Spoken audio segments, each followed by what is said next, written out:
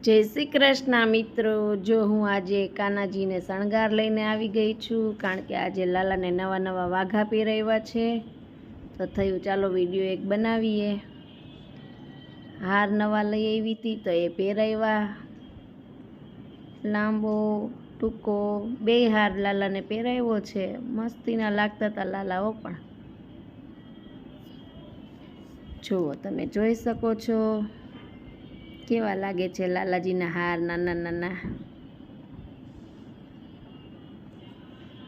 એ તો નવા વાઘા પહેરાવ્યા અને પછી પહેરાવ્યા હાર। સેટિંગ આવતું નહોતું પણ કર્યું, પછી નવો મુંગટ લાવી હતી, જોયો કેવો લાગે છે। પછી એમ થયું પહેલાં હું તુલસીની માળા પહેરાવી દઉં, લાલાને તુલસીની માળા વગર તો બધું અધૂરું જ છે। જુઓ કેવું લાગે છે મને કહેજો હો કમેન્ટ કરીને કે લાલો આપણો કેવો લાગે છે। લાલાજીને જેટલો શણગાર સજીએ ને એટલો ઓછો, મને તો શણગાર સજાવવો બહુ જ ગમે।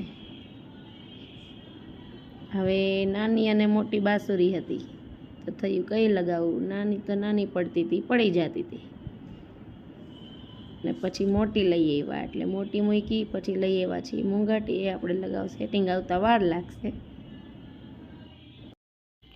તો થઈ ગયા છે લાલાજી રેડી। હવે આપણે એને પારણા ઉપર બેસાડીશું અને ઝુલાવીશું। જુઓ કેવા લાગે છે, લાગે છે ને સરસ મજાના, મનમોહક થઈ ગયા, જો ભક્તિમાં લીન થઈ ગયા જોઈને જ, ખરેખર બહુ જ મસ્ત લાગતા હતા લાલાજી।